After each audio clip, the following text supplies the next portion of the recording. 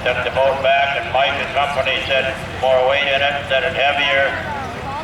Now we'll see what Mike Cross can do this time.